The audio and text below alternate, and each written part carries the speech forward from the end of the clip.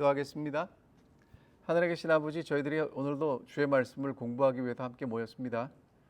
출애굽기 30장을 공부할 때 어떻게 우리가 하나님께 더 가까이 나아갈 수 있는지를 잘 공부하고 우리 마음속에 새길 수 있도록 도와주십시오. 예수님 이름으로 기도합니다. 아멘. 오늘 저희가 함께 살펴보게 될 내용은 출애굽기 30장입니다. 읽어보신 분 계십니까? 계신 분도 계실 거고 안 읽어보신 분도 계실 텐데 내용이 재미가 있나요, 없나요? 재미없어요. 이걸 왜 공부해야 되는지. 그런데 그럼 이제 이거를 왜 공부해야 되냐 하면 지금 이 내용이 그러니까 이 배경이 뭐냐 하면 애굽에서 바로를 섬겼어요. 섬길 수밖에 없어요. 그런데 하나님이 약속하신 대로 그들을 애굽에서 인도해 내셨죠. 그리고 이제 필요한 것들을 다 공급하십니다. 되게 중요한 내용이에요. 그리고 하나님을 섬기도록 하셨는데 하나님을 섬기는 건 선택의 여지가 있는 거예요. 그러니까 차이가 뭐냐면 애굽에서는 바로를 섬길 수밖에 없었고요. 섬기지 않으면 죽잖아요. 그런데 하나님이 그들을 구원해 내시고 난 다음에는 만나를 주셨단 말이에요. 그러니까 하나님을 섬기지 않아도 되는 사람들에게 하나님을 섬기라고 요청하시는 거예요. 그래서 하나님을 섬기는 사람들이 됐고요. 하나님이 그들을 섬기는 사람, 그러니까 하나님의 소유와 제사장 나라와 거룩한 백성으로 만드셨고, 그 다음에 이제 하나님이 그들을 떠나지 않고 함께 하시겠다는 약속을 이루시기 위해서 성소를 지으라고 말씀하시는 겁니다. 그러니까 여러분, 성소는 어떻게 공부하셔야 안 헷갈리냐면 장소의 개념을 넘어선 하나님이 우리와 함께 하시는 그 모든 걸 성소라고 해요. 자꾸 장소에 꽂히시면 거기는 뭐가 있다더라 이렇게 장소에 꽂히면 누구를 놓치냐면 하나님을 놓쳐요. 그럼 의미가 없어요. 자, 하나님이 이제 우리와 함께 하시는 곳인데, 자, 하나님이 우리와 함께 하시는 곳을 그냥 함께 하시면 되는데 하나님의 거룩한 임재가 불 가운데 함께 하시기 때문에 자세하게 어떻게 함께 하시는지를 설명하시고, 그리고 죄인이 죽지 않도록 하나님이 보호하시는 거예요. 그래서 지금 25장, 26장, 27장, 28장, 29장, 30장, 31장 정말 긴 내용을 가지고 하나님은 어떠한 재료를 사용해야 되는지, 거기에 성막은 어떻게 짓는지, 거기에 그러니까 언약궤, 속죄소가 있고, 그 다음에 떡상이 있고, 등대가 있고, 번제단이 있고, 그런 것들을 설명하시는 거 기억나시죠? 그 다음에 제사장을 세우셔서 어떻게 하나님께 바쳐지고 그들이 제사를 드리는 얘기를 하고 있습니다. 자, 그러면 이제 30장은 어떻게 보시면 되냐면 성소가 준비되고 제사장이 위임됐습니다. 그러면 이제 그 가운데 하나님이 함께 하시는 이스라엘 백성들은 어떻게 살아가야 하나를 보여주는 게 30장이에요. 그러니까 재미없는데 되게 중요하다는 거예요. 1절부터 10절은 분향단 얘기를 하고 있거든요. 분향단은 뭐라고 알고 계시죠? 하나님께 올리는 기도. 자, 그러니까 기도를 하고요. 그 다음에 그렇게 기도를 올리기 위해서 이스라엘 백성들이 그들 자신을 성결하게 만드는 일은 두 가지로 설명하는데 11절부터 16절은 속전입니다. 좀 이따 설명드릴게요. 그리고 17절부터 21절은 물두멍이라고 번역된 씻는 것이고요. 그 다음에 그렇게 그러니까 분향단에서 하나님께 제사를, 그러니까 기도를 올리고 거룩하게 된 사람들은 무엇을 바칠 것인가, 교제의 향기를 22절부터 38절에서 이야기하고 있습니다. 그러니까 이 얘기를 좀 어렵게 말씀드리면, 여러분 지금 다 핸드폰 가져오셨죠? 그 핸드폰을 우리는 하드웨어라고 부릅니다.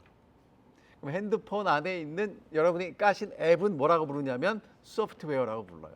그럼 성소가 준비가 되고 제사장까지 준비가 되면 그 성소에서 우리는 무엇을 할 것인가가 어디 나오는 거예요? 바로 30장에 나온다는 얘기입니다. 이해가 안 되셔도 괜찮습니다. 이제 하다 보면 이해가 되실 거예요. 자, 1절부터 10절을 읽겠습니다. 너는 분향할 제단을 만들지니 곧 조각목으로 만들되 길이가 한 규빗 너비가 한 규빗 네모가 반듯하게 하고 높이는 2규빗으로 하며 그 뿔을 그것과 이어지게 하고 제단 상면과 전후 좌우면과 뿔을 순금으로 싸고 주위에 금태를 두를지며 금태 아래 양쪽 금고리 둘을 만들되 곧 그 양쪽에 만들지니 이는 제단을 매는 채를 꿰 곳이며 그 채를 조각목으로 만들고 금으로 싸되 제단을 증거궤 위 속죄소 맞은편 곧 증거궤 앞에 있는 휘장 밖에 두라. 그 속죄소를 내가 너와 만날 곳이며 그 속죄소는 내가 너와 만날 곳이며 아론이 아침마다 그 위에 향기로운 향을 사르되 등불을 손질할 때 살을 찌며 또 저녁 때 등불을 켤 때 살을 찌니 이는 이 향은 너희가 대대로 여호와 앞에서 끊지 못할지며 너희는 그 위에 다른 양을 사르지 말며 번제나 소제를 드리지 말며 전제의 술을 붓지 말며 아론이 1년에 한 번씩 이 향단 뿔을 위하여 속죄하되 속죄제의 피로 1년에 한 번씩 대대로 속죄할지니라. 이 제단은 여호와께 지극히 거룩하니라. 자, 그래서 뭐가 나옵니까? 분향단이 나와요. 분향단. 이렇게 이해하시면 돼요. 자, 여러분 죄인이 하나님이 계신 성전에 들어왔습니다. 제일 먼저 이제 뭐가 나와요? 문이 나오죠. 근데 문은 굉장히 넓어요. 기둥이 4개 있죠. 그래서 굉장히 그러니까 문이 넓어요. 큰 문을 통해서 들어오면 제일 먼저 만나는 게 뭐였냐 하면 번제단이었습니다. 놋은 심판을 상징하는데 그 제단 위에 무엇이 살라졌어요? 제물이 살라졌어요. 하나님의 심판과 속죄를 통과한 이후에 이제 성전으로 들어가면 성전 안에 오른쪽에 뭐가 있었냐면 떡상이 있습니다. 하나님이 주시는 하나님과의 교제를 나누는 음식을 나누는 떡상이 있었고 반대쪽에 우리를 위해서 비추시는 진리의 빛이 있습니다. 그리고 이제 그 안에 들어가면 뭐가 있냐면 법궤가 있고 그 위에 속죄소가 있는데 그 바로 앞에 어딘지 아시겠죠? 그 바로 앞에 있는 게 뭐냐면 분향단이에요. 자, 그러니까 분향단까지 가려면 번제단을 지나서 좀 이따가 이제 물두멍이 나오는데 물두멍을 지나서 떡상이 있고 등잔대가 있고 이제 하나님이 계시는 곳 그 바로 코앞에까지 가면 뭐가 있는 거예요? 분향단이 있다는 거예요. 그러니까 오늘 이제 여러분과 제가 성소를 통해서 하나님 앞에까지 가서 이제 하나님 앞에까지 가서 하는 게 뭐예요? 분향단에서 올라가는 기도라는 겁니다. 자, 분향단의 이제 크기가 나오는데 한 규빗은 요만큼이에요. 여기 보이세요? 손끝에서 이 팔꿈치까지. 사람마다 다르지만 보통 이게 한 50cm, 45cm 되네요. 그러니까 크지 않아요. 이게 어떻게 생겼냐면 직사각형이에요. 정사각형이에요. 정사각형은 여러분 우리 지성소 할 때 했는데 지성소는 가로 세로 높이가 정사각형이죠. 직사각형이 아니고. 그러면 느끼는 게 뭐냐면 그 공간에서는 방향 감각을 잃어요. 왜? 다 똑같잖아요. 그러니까 하나님이 계신 곳은 그런 중심적인 의미가 있어요. 근데 하나가 길고 하나가 짧으면 방향이 느껴지는데 다 똑같으면 그렇게 느껴진다는 거예요. 그러니까 이제 이 네 뿔은 온 세상을 향한 것이고 그 다음에 높이가 높잖아요. 보통은 한 규빗 반이에요. 근데 이거는 지금 2규빗이란 말이에요.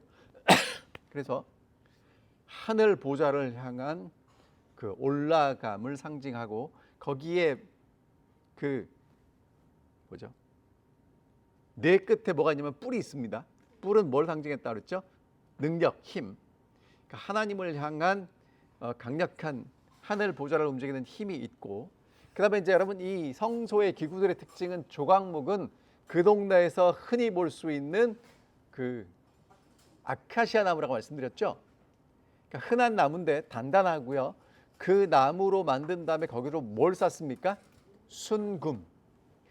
그러니까 여러분 나무가 보여요, 안 보여요? 안 보여요. 하나님의 은혜가 이제 접혀지는 것입니다. 그리고 이제 그것을 어디 두냐면 증거궤 윗 속죄소. 하나님이 이스라엘 백성들과 만나는 그 바로 휘장 건너편에 두라는 것입니다. 자, 그러면 이제 거기서 제사장은 뭐 하냐면 분향합니다. 뭘 태워요? 향을 태워요. 언제 태웁니까? 매일 아침과 저녁에.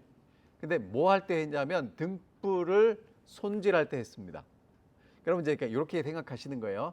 제사장들이 하는 일이 뭐냐면 제물도 바치지만 성전 안에 떡도 일주일에 한 번씩 구워서 진설하고요.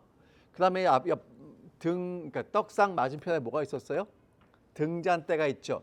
여러분 옛날에 어르신들 오중자 집사님 하셨어요? 호야 불 보기는 하셨어요? 집사님 전기불 쓰셨어요? 호야 있으셨죠? 시골에서 이렇게 생겨가지고 거기다가 이제 신지에서 자 그렇게 하면 끓음 납니까 안 납니까? 그래서 관리 잘해야 돼요. 그러니까 성전에서 여러분 그 시대에는 뭐가 없었어요? 전기가 없었고 배터리도 없었기 때문에 기름을 뗐어요. 기름으로 불을 밝혔어요. 그러니까 제사장이 늘 하는 일이 뭐냐면 기름 채워 넣는 일이에요. 꺼지면 안 돼. 그리고 거기다가 이제 뭘 심어야 돼요? 심지. 그러니까 그래서 이제 가위도 있고 집게도 있는 겁니다. 불이 계속 탈 수 있도록 계속 기름을 붓고 심지를 손질하는 일이에요. 근데 그거를 할 때마다 뭐 하는 거예요? 분향단에서 뭘 해요? 향을 피워요. 자, 근데 여러분 여기서 중요한 게 뭐냐면 이제 여러분 성소 봉사에서 이제 7절 아론이 아침마다 이렇게 나오죠. 성소의 등불 그 다음에 이 분향 하나님께 올리는데 매일 합니다. 언제 한다고요? 아침 저녁으로 매일 하는 거예요. 여러분 이게 되게 중요해요. 자, 이제 성경 안 보셔도 되고 절 보셔야 돼요. 이게 되게 중요한 얘기예요. 그러니까 떡도 매 안식일마다 새로운 것들을 올리고 기름으로 태우는 등잔도 아침 저녁으로 계속 이 불이 밝혀지고 향도 아침 저녁으로 계속 향이 탈 수 있도록 하는 거예요. 그러니까 성소의 봉사는 매일 진행이 되는데 그 매일은 끊이지 않고 계속 이어진다는 거예요. 이게 궁극적으로 무엇을 이야기하냐면 여러분 성소는 우리에게 뭘 보여주냐면 그러니까 여러분 그래서 이게 중요한 거예요. 공간 개념이 아니라 하나님이 우리와 함께 하시는 거잖아요. 하나님이 우리와 함께 하시기 위해서 우리는 누가 필요하냐면 제사장이 필요해요. 그렇죠? 그럼 우리의 대제사장은 누구예요? 예수 그리스도를 상징하잖아요. 그러니까 예수 그리스도가 하나님과 우리 사이에서 계속 뭐 하신다고요? 봉사하고 계신다고요. 불도 밝히고 향도 피우고 그래서 매일 반복되는 봉사가 히브리어로 타미드라고 그러는데 요게 다니엘서 7장에 나오는 그 매일 지속되는 봉사를 이야기해요. 여러분 그런데 재미있는 게 우리는 예배를 일주일에 몇 번 드리죠? 교회마다 다르죠. 우리 안식일 날 오고 미국 사람들은 금요일 날 안 오더라고요. 특별한 경우만 오고 우리는 이제 금요일도 오고 그 다음에 제 전임 목사님 계실 때는 매일 아침 교회에서 뭐 했어요? 새벽 기도에서 한국 사람만 합니다. 여러분 그거 아세요? 새벽 기도는 한국 사람만 해요. 자, 그다음에 우리는 수요일 날도 오고 교회마다 다르지만 성소에서는 매일 제사장이 봉사했다는 거예요. 이해되시죠? 근데 여러분 오늘도 여전히 매일 제사를 드리는 교회가 있어요. 어딘지 아세요? 그게 가톨릭 성당이에요. 현안동 집사님 대답해 보세요. 가톨릭 성당은 미사를 매일 드리나요? 기억이 안 나실까 봐 제가 성당 앞에 가서 찍어왔는데 미사 매일 드립니다. 매일 드려요. 이유가 뭐예요? 그 사람들은 아직도 제사를 드려요. 지금 우리는 제사를 누가 드려요? 그러면 물 좀. 누가 드려요? 에이, 하나님 앞에 우리를 위한 대제사장이신 예수 그리스도가 지금 매일 봉사하고 있잖아요. 물론 우리가 제사장으로 봉사하지만 하나님과 우리 사이의 관계를 누가 매일 유지해요? 예수님이 유지하잖아요. 근데 그 누구야? 가톨릭에서는 신부, 말 그대로 여러분 신부가 영어로는 F, 대문자 F를 쓰는 father예요. 근데 영어를 아시는 분들 알지만 그렇게 대문자 F를 쓰는 father는 하나님 아버지를 할 때 father예요. 그럼 우리 한국말로 신부예요. 있는 그대로 번역을 해보자고. 신은 무슨 뜻이에요? 하나님. 부는 무슨 뜻이에요? 그럼 그냥 직역하면 어떻게 돼요? 알고 불렀어요? 모르고 불렀어요? 아니 뭐 한자를 모르시는 분들도 아닌데 신부님 아무 생각 없이 부르는 거지. 알면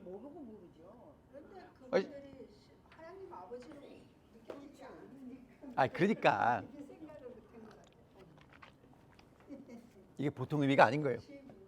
자, 그 다음에 이제 뭐라고 말씀하셨냐면 9절과 10절에 그 제단에서는 곡식, 술, 소재, 뭐 이런 피 그런 거 드리는 거 아니고 뭐만 드려야 돼요? 향만 사러야 돼요. 그리고 그 다음에 1년에 한 번씩 분향단의 뿔에 피를 발라서 정결하게 하도록 했다는 것입니다. 자, 그러면 여러분 이 시편 141편 계시록 8장에 보면 내 기도가 주 앞에 분향함이라고 얘기하고 향은 성도들의 기도라고 이야기를 하거든요. 그러니까 오늘 우리의 기도가 누구에게로 올라가는 거예요? 하나님께 올라가는 거예요. 그러니까 여러분 말씀을 통해서 하나님의 뜻을 우리가 받아들이고 말씀이 우리의 길을 비춰주시는데 그것을 통해서 우리가 하나님과 직접적인 교제를 하기 위해서는 뭘 해야 되는 거예요? 기도. 자, 그럼 이제 밑에 나오는데 간단하게 이제 미리 좀 말씀을 드리면 그 분향하는 향은 소합향, 나감향, 풍자향 어떤 그 굉장히 그 귀한 그 향품들을 써서 만드는데 그것은 달콤한 것도 있고 씁쓸한 것도 있고 강렬한 것도 있고 우리의 기도가 그렇게 하나님께 올라간다는 거예요. 그런데 그것의 핵심은 유향을 섞었는데 그 유향은 예수 그리스도를 상징하는 것이죠. 그러니까 예수 그리스도와 어울려서 우리의 마음의 뜻이 하나님의 뜻과 하나 되는 것, 그걸 뭐라고 그래요? 기도라고 얘기하는 것입니다. 다른 향은 드리면 안 돼요. 자, 그러니까 일반적으로 우리가 알고 있는 기도와 이게 차이가 뭐냐면, 그 다음도 해야 되는데, 이거 한번 합시다. 자, 기도는 내 뜻이 이루어지기를 위하는 주문이 아닌 거예요. 그러니까 이 절에 가서 비나이다를 교회 가서도 비나이다 하니까 그게 문제인 거예요. 그러니까 비나이다는 똑같이 하는데 대상만 바뀌었어요. 여러분, 그러니까 지금 이 하나님이 이스라엘 백성들에게 지금 가르치시고 오늘 여러분과 제게 가르치시는 게 뭐냐면 애굽에서는 어떻게 살았냐 하면요. 어떤 신이 있으면 그 신은 예를 들어서 개구리 신이면 가산을 해주는 신이에요. 그러면 아기 낳고 싶은 사람은 누구 찾아가야 돼요? 그래서 어떻게 해야 돼요? 열심히 빌면 아들을 떡두꺼비 같은 아들을 낳는 거예요. 근데 그 신이 끝났어. 그럼 이제 다른 게 필요하면 또 다른 신에게 가는 거예요. 그러니까 끊임없이 누구를 찾아다니는 거예요. 신들을 찾아다니고 그 신에게 내가 정성을 들여서 받을 수 있는 걸 받으면 끝나는 거예요. 그게 이제까지 알고 있었던 신앙이었다고요. 그런데 하나님은 이제 뭐 어떻게 하시는 거예요? 그들의 필요를 나 채워주신 다음에 나를 섬겨라 라고 말씀하시는 거예요. 그러니까 내 필요를 채우기 위해 하나님을 섬기고 기도하는 게 아니라 이제 하나님을 섬기는 건데, 여러분 잘 아시지만 하나님은 어떻게 섬겨요? 하나님이 보여요? 안 보여요? 그럼 내가 하나님 섬긴다고 박박 우기면 어떻게 할 거예요? 섬기는 거지. 그렇잖아요? 그런데 여러분, 그래서 하나님이 하시는 말씀이, 그래 나를 섬기는 거 좋다. 나만 섬기지 말고 누구도 섬겨라. 내 아들도 좀 섬겨다오. 내 딸도 좀 섬겨다오 하는 거예요. 그럼 하나님의 아들, 딸이 어디 있어요? 내 옆에. 그럼 하나님의 아들, 딸을 섬기면 하나님이 뭐라고 하시는 거예요? 나를 섬긴 것처럼 내가 인정해 줄게 라고 얘기하는 거예요. 그래서 더불어 잘 살아가도록 만드신 거라는 거예요. 그러니까 내가 잘 살려면 누구를 잘 섬겨야 돼요? 옆에 있는 사람을 섬기고, 그 사람은 누구를 섬겨주는 거예요? 하나님을 사랑하기 때문에 나를 섬겨주는 거예요. 그게 하나님이 원하신 건데, 이스라엘 백성들이 그 하나님 앞에서 뭐 하고 있어요? 금송아지 만들어가지고 비나이다 비나이다 하고 있다니까. 그러니까 오늘 여러분과 제가 잘못하면 예수님도 어떻게 섬길 수 있어요? 내가 원하는 건강을 주는 비나이다로 생각하고 빌 수 있다니까. 그럼 여러분, 건강을 안 주시면 어떻게 되는 거예요? 아, 하나님 내가 이렇게 정성을 들이고 철야 기도하고 말이야 금식도 했는데 건강을 안 주시다니 하나님 나 삐졌어요, 실망했어요. 아, 그럴 수가 있어. 이렇게 되는 거지. 여러분, 오늘 여러분과 제가 성경을 연구하는 이유는 하나님이 어떤 분이신지를 더 깊이 알아가는 겁니다. 그리고 어떻게 하나님을 섬기는 거냐면, 내 맘대로가 아니라 하나님이 어떤 분이신지를 알아가면서 하나님과 조화되게 섬기는 거예요. 자, 근데 11장 30장 11절부터 보면 이제 속전 얘기를 하고 있어요. 자, 그러면 이제 누가 하나님을 섬길 것인가가 나오는데, 속전 얘기입니다. 여러분, 속전은 뭐냐면 생명의 값이에요. 그러니까 옛날에 그 시대에 왕들에게 중요한 것은 지금도 마찬가지입니다. 여러분, 국력에 있어서 가장 기본이 되는 게 뭐냐면 인구예요. 인구가 적어도 1억은 넘어야 된대요. 그러니까 지금 그러니까 우리가 이제 떠나온 대한민국의 가장 큰 문제가 뭐냐면 인구가 줄어요. 어느 정도 심각하냐면 군인이 준대요. 심지어 부대가 없어진답니다. 초등학교도 없어지는데 시골에서 없어지는 게 아니라 서울에서 없어진답니다. 그리고 여러분, 이제 시골에는요, 이 외국 며느리들이 많이 왔어요. 그럼 이제 걔네들은 그 집 아들내미 딸내미들은 한국말을 잘할까요? 그 나라 말을 잘. 그러니까 애들이 학교 오면 언어가 잘 안 되는 거죠. 심각해지는 겁니다. 근데 옛날에 왕들에게 인구 조사는 두 가지 의미가 있어요. 첫 번째는 군대죠. 그러니까 어떤 의미가 있어요? 우리는 이렇게 군인이 많다는 얘기는 힘이 있다는 얘기고, 두 번째, 세금을 부과하기 때문에 돈이 거치는 것이죠. 그러니까 임금에게 있어서 인구 조사는 나의 힘과 영광을 이야기해요. 그러니까 이 백성은 내 소유이기 때문에 내 영토 안에 있는 사람이고, 내가 징병하면 와서 나를 위해 싸울 수 있는 사람이고, 나를 위해서 세금을 낼 수 있는 사람이다라는 얘기가 있는 거예요. 그런 그러니까 그런 컨텍스트에서 어떻게 이해하시면 좋냐면, 하나님께 뭘 내는 거예요? 속전, 돈을 내는 거예요. 그러면 이건 뭘 의미합니까? 내 주인이 누구라는 거예요? 하나님. 아니 11조가 아니라 두당, 한 사람당 하나님께 돈을 내는데 왜 돈을 내요? 내 주인은 누구다? 하나님이다를 인정하는 의미로 내는 거예요. 다윗이 인구조사했다가 재앙을 맞았는데 이유가 뭐예요? 나는 숫자가 많다, 그거를 과시하기 위해서 인구조사했거든요. 하나님 그런 거 하지 말라는 겁니다. 자, 그러면서 이렇게 말씀하십니다. 자기의 생명의 속전을 여호와께 들을지니 그들 중에 질병이 없게 하려 하심이라. 자, 여러분, 이 질병은요, 이거 내면 질병이 사라진다는 주술적인 얘기가 아니라 지금 다윗 이야기에서 봤지만 인구조사 잘못하면 내 교만이 드러나잖아요.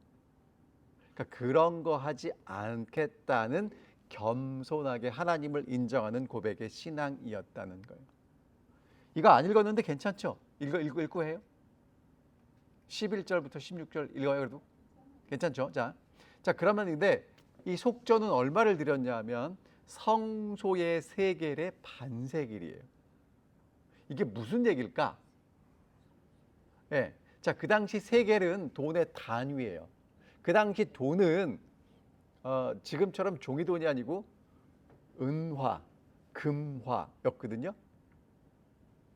그러니까 은으로 만들었어요. 그리고 거기는 누구를 새겼냐면 그 당시 황제, 그러니까 누구의 통치를 받고 있다는 게 이제 써져 있는 거예요. 그래서 예수님이 가이사의 것은 가이사에게 그 얘기가 뭐냐면 예수님 당시에 은전에는 은화에는 누구 얼굴이 있었던 거예요. 가이사의 이름이 얼굴이 있었던 거예요. 그러니까 왜 글씨 안 쓰고 이름 얼굴 새기냐면 사람들이 뭘 몰라요. 글씨 모르잖아요. 그러니까 이 사람이 왕이다 이제 그런 거 보여주는 거예요. 자, 그런데 성소의 세겔, 그러니까 성소에는 성소의 기준이 되는 세겔이 있었어요. 그러니까 성소의 화폐가 따로 있었다는 거예요. 왜? 그래야 나중에 이스라엘 백성들이 세계로 흩어지잖아요. 그럼 올 때 뭘 갖고 와요? 자기 나라 돈 갖고 오겠죠. 그럼 환전을 해서 기본으로 맞추는 겁니다. 이해되셨죠?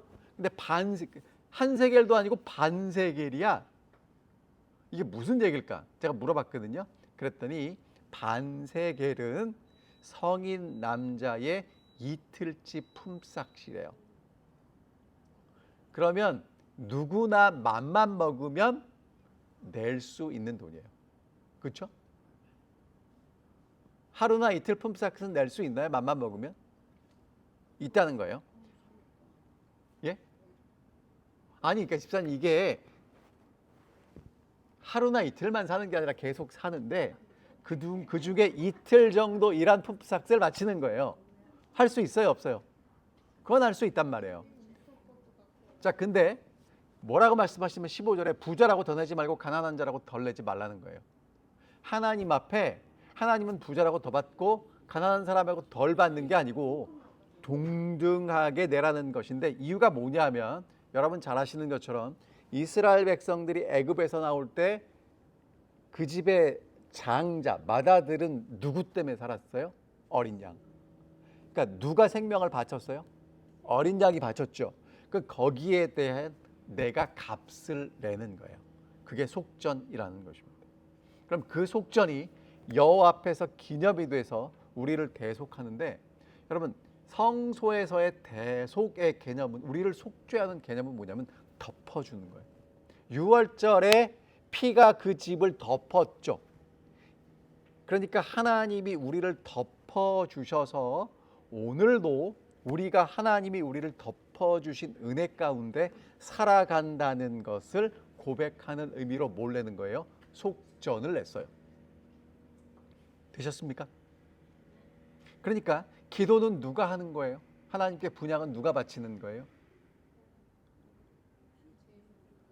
내가 생명이 하나님께로부터 와서 오늘도 내가 그 생명으로 살아가고 있음을 고백하는 사람들이 말로만 하는 게 아니라 뭘 내요? 속전. 여러분 이거 되게 중요합니다. 하나님이 왜 우리한테 돈을 받냐면 여러분 사람이 참 재밌는 게 그 사람이 진짜 말로 좋아하는지 진짜 좋아하는지 알려면 두 가지를 보면 알 수 있대요.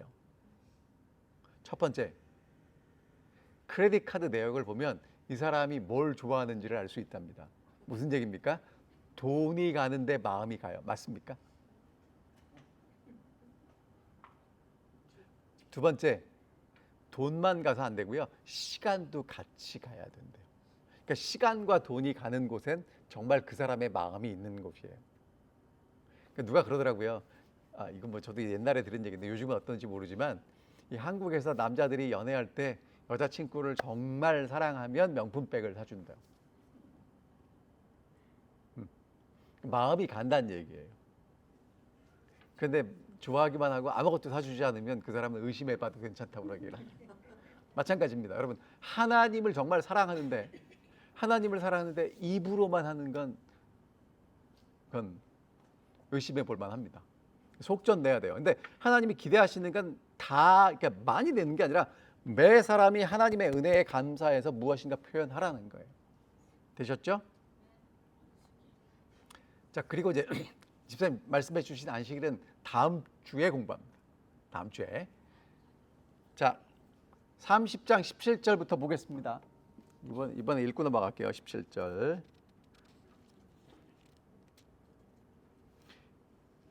자, 그 다음에 14절 안 했네요. 계수에 드는 모든 자 중 20살 이상 된 자가 여호와 앞에 드리는 겁니다. 17절 볼게요. 여호와께서 모세에게 말씀하여 이르시되 너는 물두멍을 노수로 만들고 그 받침도 노수로 만들어 씻게 하되 그것을 회단과 제막 사이에 두고 그 속에 물을 담으라. 아론과 그의 아들들이 그 두멍에서 수족을 씻되 그들이 회막에 들어갈 때 물로 씻어 죽기를 면할지며 제단에 가까이 가서 그 직분을 행하여 여호와 앞에 화제를 살을 때에도 그리할지니라. 이와 같이 그들이 그들의 수족을 씻어 죽기를 면할지니 이는 그와 그의 자손이 대대로 영원히 지킬 규례니라. 드디어 뭐가 나와요? 물두멍. 여러분, 뭐 이렇게 번역이 좀 어렵게 됐지만 그냥 대야예요, 대야. 물통 쉽게 됐습니까? 근데 그게 어디 있어요? 자, 저 보세요. 위치가 어디냐면 들어오자마자 제단이 있죠. 제단은 큼지막합니다. 그리고 거기서 계속 재물이 타고 있죠. 그리고 이제 거기서 성소로 들어가는 그 사이에 뭐가 있어요? 큰 물통이 있는 거예요. 근데 그 재밌는 거 아세요? 여러분, 성소의 모든 기구는 다 규격이 정확해요. 근데 지금 물 담는 이 물두멍은 규격이 없어요. 무슨 얘기냐 하면 솔로몬의 성전에는 물두멍을 바다라고 그랬어요. 물을 얼마나 많이 받았는지. 큰 겁니다. 크기도 하고 작기도 하지만 분명한 것은 하나님이 우리를 정결하게 씻겨주시는 은혜는 측량하지 않겠다는 거예요. 자, 38장에 보면 이것을 무엇으로 만들었다고 얘기를 하냐면 회막 문에서 수종드는 여인들의 거울로 만듭니다. 여러분, 여인들에게 있어서 거울은 어떤 의미가 있을까요? 중요합니까? 안 중요합니까? 근데 그 중요한 것으로 뭘 만들었어요? 나를 가꾸는 것을 다 받쳐서 물두멍을 만들고 그 물두멍에서 뭘 했냐면 제사장들이 씻습니다. 그러니까 이런 거예요. 자, 번제단에서 내 죄가 다 용서됐죠. 그렇죠? 그런데 그 사이에 하나님을 섬기러 나아가는 동안 어떻게 되냐면 여러분, 제사장들이 신발을 신었어요? 벗었어요? 신었다는 얘기가 없어요. 그렇죠? 그리고 여러분 아시는 것처럼 솔로몬의 성전은 물론 돌을 깔았겠지만 지금 여기 성전은 다 그냥 그 흙바닥에 있는 성전이란 말이에요. 그래서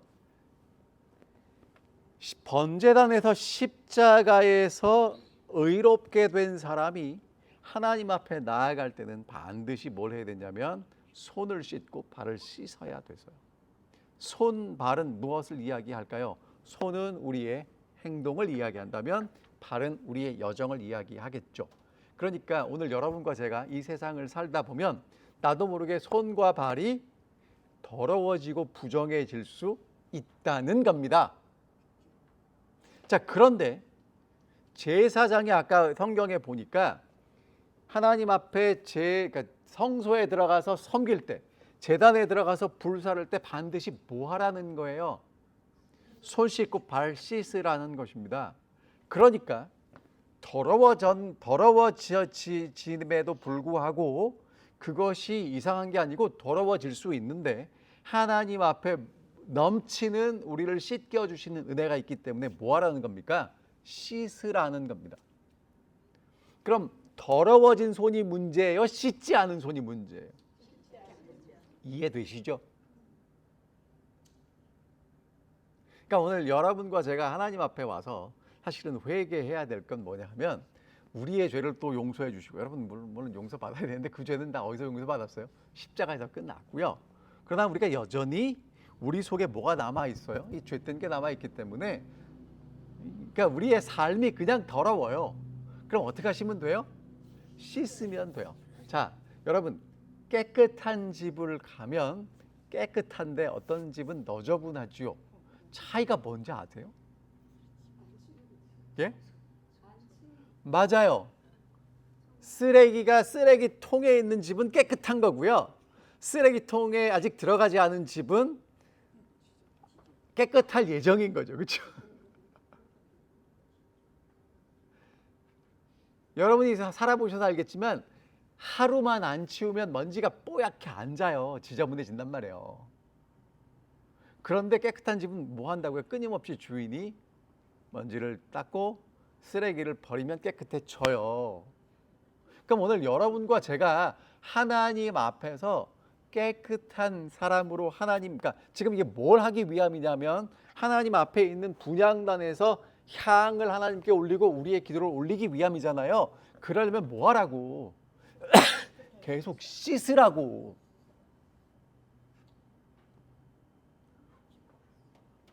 씻는 건 할 수 있잖아요.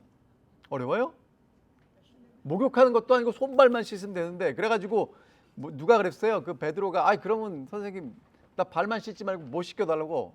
목욕. 그때 예수님 뭐라고? 야 너 목욕했잖아. 뭐만 씻으면 돼. 발만 씻으면 돼.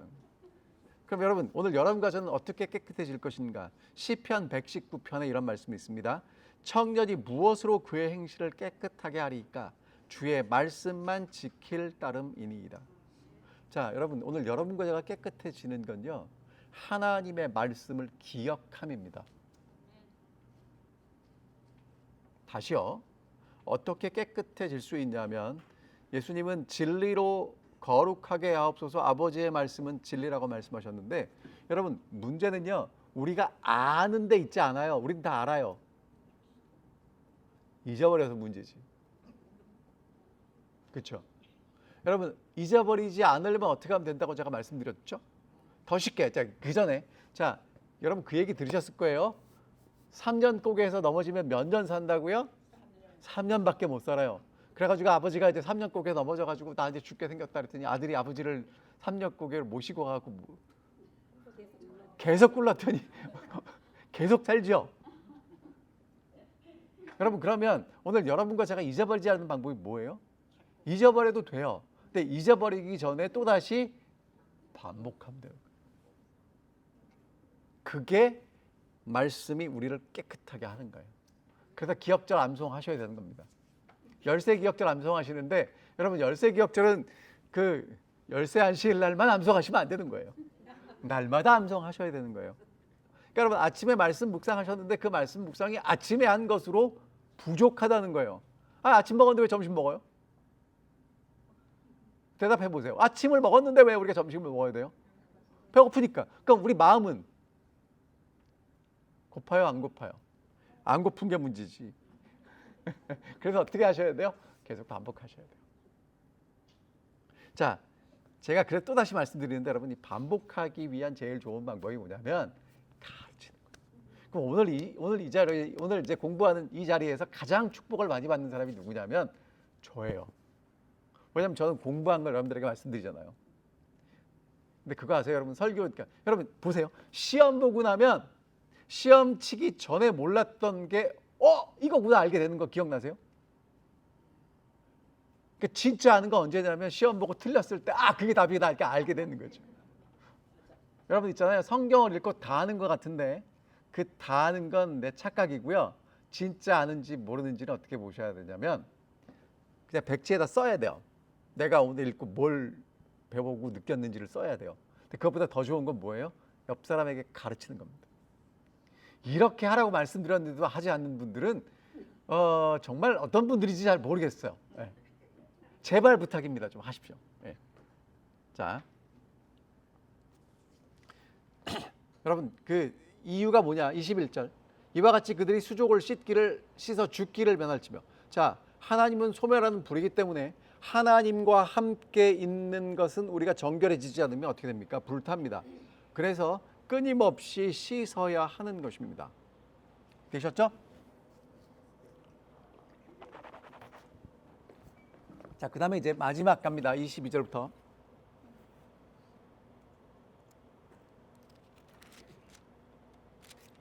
어디냐? 30장 22절. 여호와께서 또 모세에게 말씀하여 이르시되 너는 상등 향품을 가지되 액체 모략 500세겔과 그 반수의 향기로운 육개 250세겔과 향기로운 창포 250세겔과 계피 500세겔을 성소의 세겔로 하고 감람 기름 한 흰을 가지고 그것으로 거룩한 관유를 만들되 향을 제조하는 법대로 향기름을 만들지니 그것이 거룩한 관유가 될지라. 너는 그것을 회막과 증거궤에 바르고 상과 그 모든 기구와 등단제와 그 기구이며 분향단과 및 번제단과 그 모든 기구와 물두멍과 그 받침에 발라 그것들을 지극히 거룩한 것으로 구별하라. 이것에 접촉하는 것은 모두 거룩하리라. 너는 아론과 그의 아들들에게 기름을 발라 그들을 거룩하게 하고 그들이 내게 제사장 직분을 행하게 하고 이스라엘 자손에게 말하여 이르기를 이것은 너희 대대로 내게 거룩한 관유니 사람의 몸에 붙지 말며 이 방법대로 이와 같은 것을 만들지 말라. 이는 거룩하니 너희는 거룩히 여기라. 이와 같은 것을 만드는 모든 자와 이것을 타인에게 붙는 모든 자는 그 백성 중에서 끊어지리라 하라. 이제 뭐가 나오냐면요, 거룩한 기름이 나와요. 그러니까 이 기름을 바르면 거룩해지는 거예요. 상징적인 의미가 있겠죠. 이게 뭐냐면 여러분, 기름은 뭘 상징합니까? 성령. 근데 그것을 눈에 보이게 만들었는데 몰약이에요. 몰약은 뭐냐면 나무의 수액을 굳힌 것인데 매우 귀한 향료이고 방부제였답니다. 500세겔이면 지금 5.7kg쯤 된답니다. 그러니까 굉장히 분량이 무거워. 5.7kg면 여러분 이게 적지 않죠. 그 다음에 향기로운 육개는 향기로운 계피의 일종이었답니다. 계피향 아시죠? 저는 모르지만 500세겔, 250세겔은 2.85kg. 그 다음에 창포는 향을 내는 갈대 식물, 계피 500세겔은 육개와 다른 종류의 계피였고 감람나무는 올리브유 한 흰은 3.7리터입니다. 그러니까 여러분 이게 굉장히 그 기름을 고급, 그러니까 이렇게 설명했더라고요. 이스라엘에서는 구할 수 없는 아라비아나 인도에서 구할 수 있는 최고급 향료, 향품을 만드는 그런 것들을 가져다가 섞었는데 성령이 역사하시는 이 역사심이 얼마나 귀하고 값진 것인지를 보여주는 것입니다. 향을 제조하는 방법은 어떤 것이었냐면 여러분이 잘 아시는 대로 이집트는 지금 우리가 봐도 뒤지지 않을 만큼의 문화를 누리고 있던 사람들이에요. 그러니까 그 사람들이 향수, 향유 제조 기술이 발달했을 텐데 그런 방법으로 하나님께 만들었어요. 그리고 이제 누구만을 위해 사용되었냐면 하나님께만 구별해 사용되었어야 합니다. 근데 이것을 누구에게 바르냐면 성막 안에 있는 모든 기구에 발라요.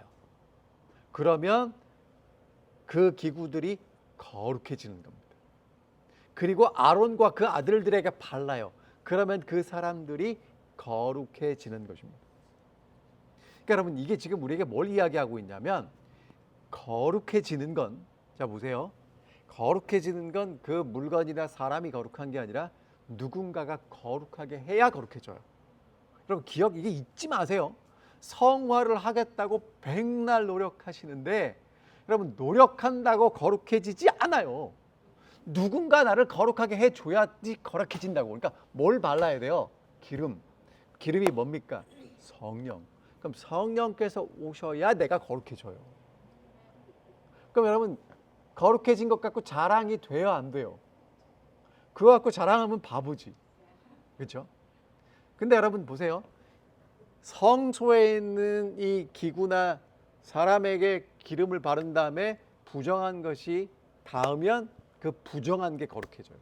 그런데 레위기에 보면 부정한 사람이 있을 때 일반적인 게 닿으면 부정해집니다. 그런데 지금 이 성소 안에서는 거룩한 것에 거룩한 기름을 바르면 부정한 것이 닿았을 때 거룩해지죠. 그러니까 여러분 마찬가지예요. 문둥병자를 우리가 만지면 누가 무정해지냐면 우리가 무정해집니다. 그런데 예수님이 문둥병자를 만지니까 문둥병자가 정결하게 되죠. 이해되시죠? 그러니까 예수 그리스도가 하나님의 성령으로 이 땅에 오신 하나님이시기 때문에 그리스도를 만나면 거룩해집니다. 자, 그 다음에 뭐라고 말씀하시냐면 이 레시피를 다 알려주잖아요. 그리고 모방하지 말랍니다. 여러분, 그러니까 성령께서 우리에게 역사하시는 그 역사하심은 우리가 만들어내거나 모방할 수 있는 게 아니라는 얘기를 하는 거예요. 그 다음에 하나님을 위해서만 사용하고 다른 사람이나 다른 용도로 사용하지 말라고 얘기를 하잖아요. 그러니까 여러분, 하나님의 성령은 누구를 위해서 사용되는 거예요? 하나님이 계획하신 거룩한 목적을 위해서 사용되어야 하는 거예요. 그런데 사도행전 8장에 보면 이 시몬이라는 이 돈 많은 이 마수라는 사람이 베드로가 가서 이렇게 안수하니까 성령을 받잖아요. 돈 주고 나도 이것 좀 사면 안 되겠냐고 그때 뭐라고 말씀하셨냐면 너 네 돈과 함께 망한다고 그랬어요. 그러니까 여러분 있죠. 하나님의 이 거룩한 능력이 내가 원하는 대로 사용될 거라고 착각하는 사람은 망합니다. 그러니까 성령은요, 내가 갖다 쓰는 능력이 아니라 하나님께서 나를 통해서 사용하시는 능력이 돼야 되는 거예요. 자, 그 다음에 이제 34절부터 38절에 보면 여호와께서 모세에게 이르시되 너는 소합향, 나감향, 풍자향의 향품을 가져다가 그 향품을 유향의 석도에 각기 같은 분량으로 하고 그것으로 향을 만들되 향을 만드는 법대로 만들고 그것에 소금을 쳐서 성결하게 하고 그 향 얼마를 곱게 찌어 내가 너와 만날 회막안 증거궤 앞에 두라. 이 향은 너희에게 지극히 거룩하니라. 내가 너희를 위하여 만들 향은 거룩한 것이니 너희를 위하여 그 방법대로 만들지 말라. 냄새를 맡으려고 이 같은 것을 만드는 모든 자는 그 백성 중에서 끊어지리라. 이제 마지막으로 뭐가 나오냐면 향이 나와요. 자, 여러분 지금 이 30장에서 우리에게 하시는 말씀이 이미 성소가 마련이 됐고 제사장이 준비가 됐고 이제 백성들이 하나님 앞에 올리는 기도 분향에 대한 이야기를 하잖아요. 그렇죠? 그런데 이 향은 어떻게 만들었냐면 4가지의 향품을 동일하게 비율로 섞어서 만들었어요. 그러니까 1대1 대 1대1이에요. 첫 번째는 뭐냐면 소합향이에요. 소합향은 떼죽 나무에서 자연적으로 흘러나오는 향기로운 수액이라고 합니다.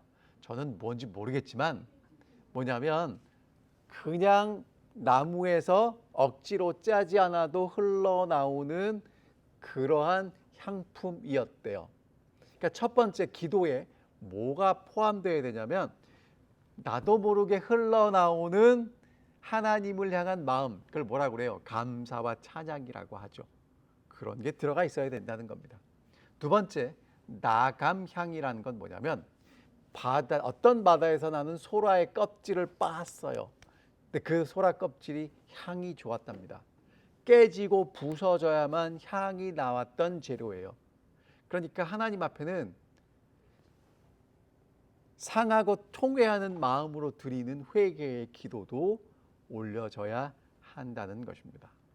그 다음에 풍자향은요, 중동 지역에서 자라는 회향풀과 식물에 톡 쏘는 향을 가진 진액이랍니다.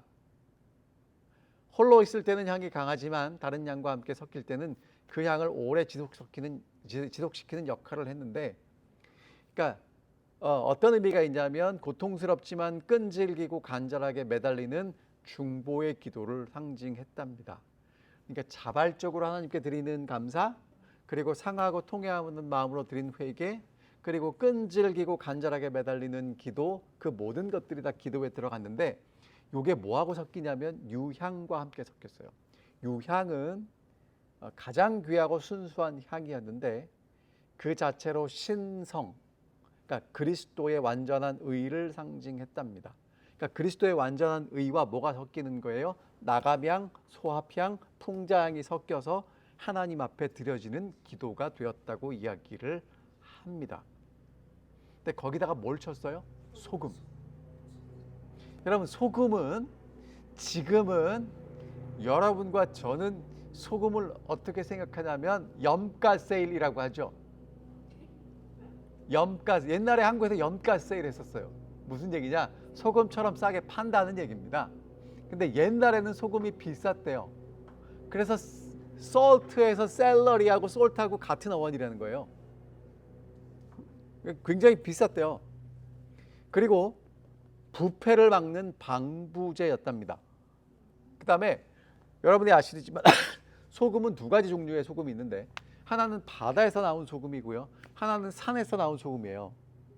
산에서 나온 소금은 짠맛이 사라지는데 그럴 수도 있는데 바다에서 나온 소금은 짠맛이 사라지지 않죠. 그러니까 변하지 않는 하나님의 언약을 상징하기도 합니다. 그래서 소금은 부패를 막는 방부제임과 동시에 변하지 않는 하나님의 언약이에요. 그러니까 그 향에 뭘 치는 거예요?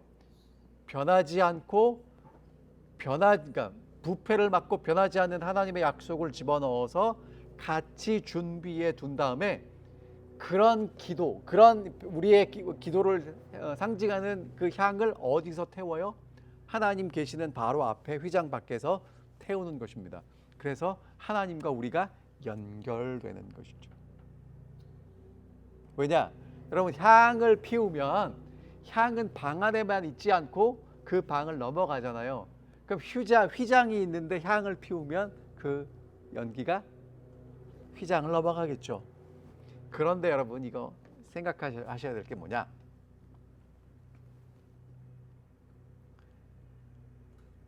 성소에서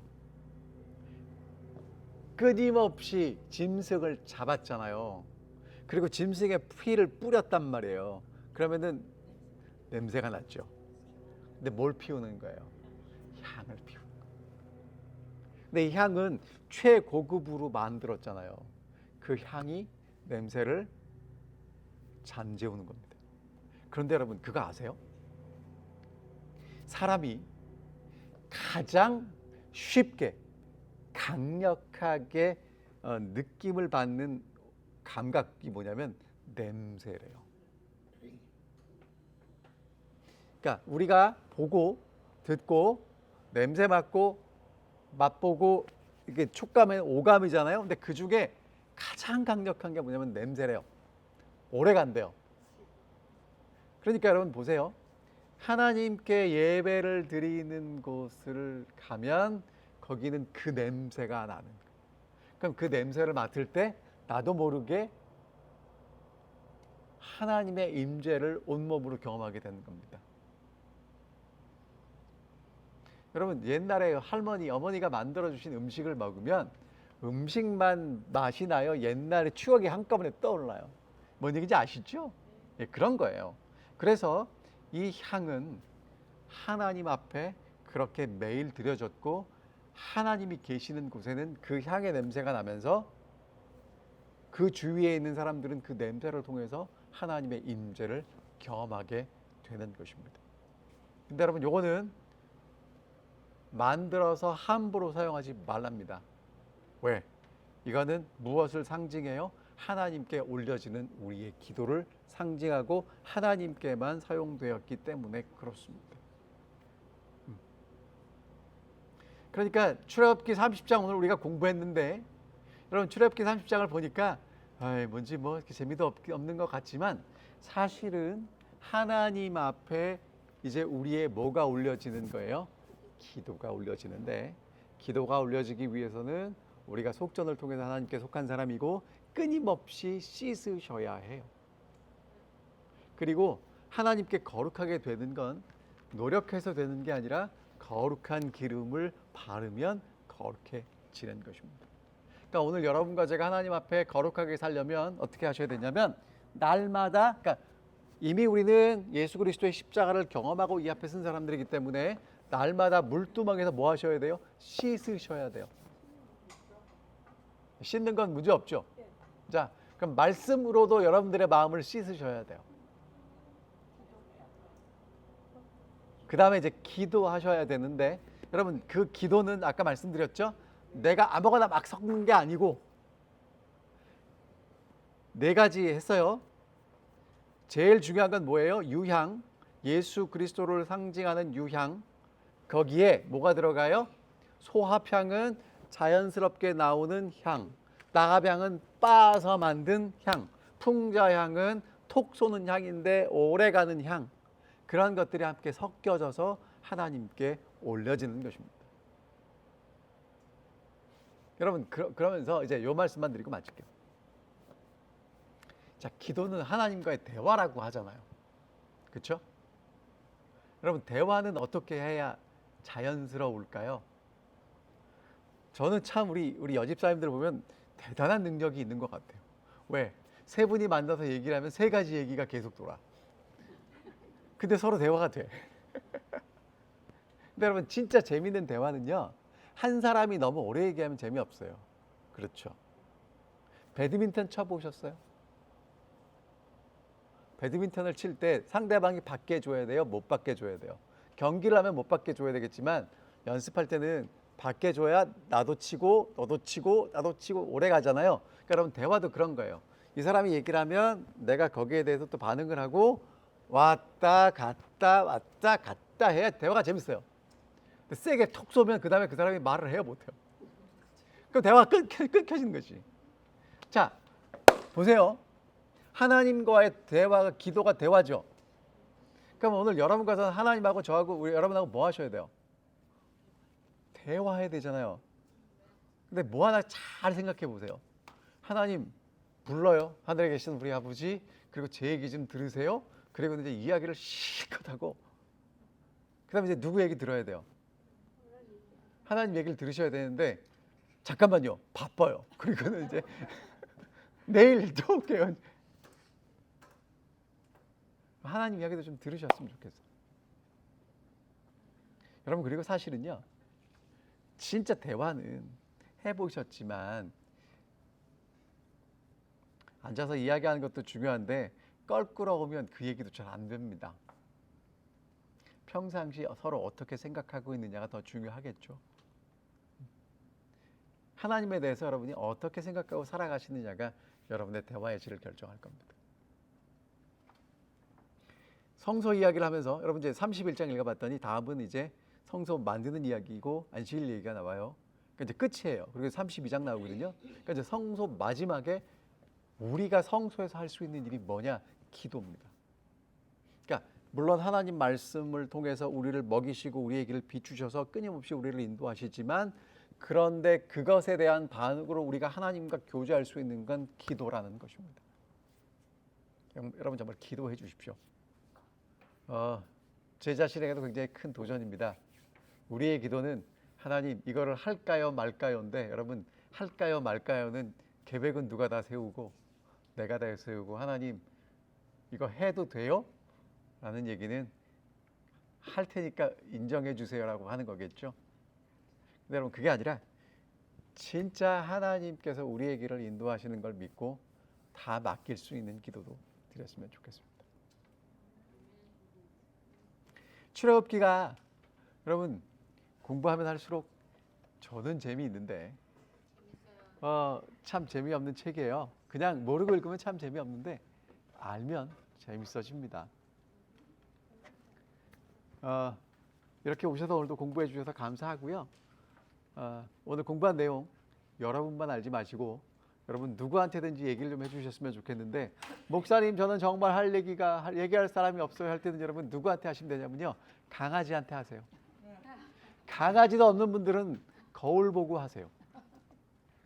그래서 함께 나누시면, 그리고 여러분 오늘 배운 걸 다 나누실 필요도 없습니다. 내가 생각나고 기억나는 것만 나누시면 됩니다. 자, 이제 기도하고 마치겠습니다. 하늘에 계신 아버지, 오늘도 주의 말씀을 펴고 저희가 읽으며 주께서 주신 그 말씀의 뜻을 이해하기 위해서 함께 시간을 보낼 수 있도록 도와주셔서 감사합니다.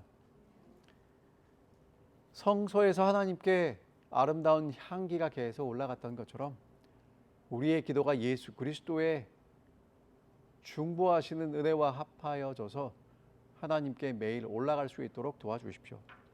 그리고 로마서 8장에서 성령이 말할 수 없는 탄식으로 우리를 위해서 기도해 주신다고 하셨습니다.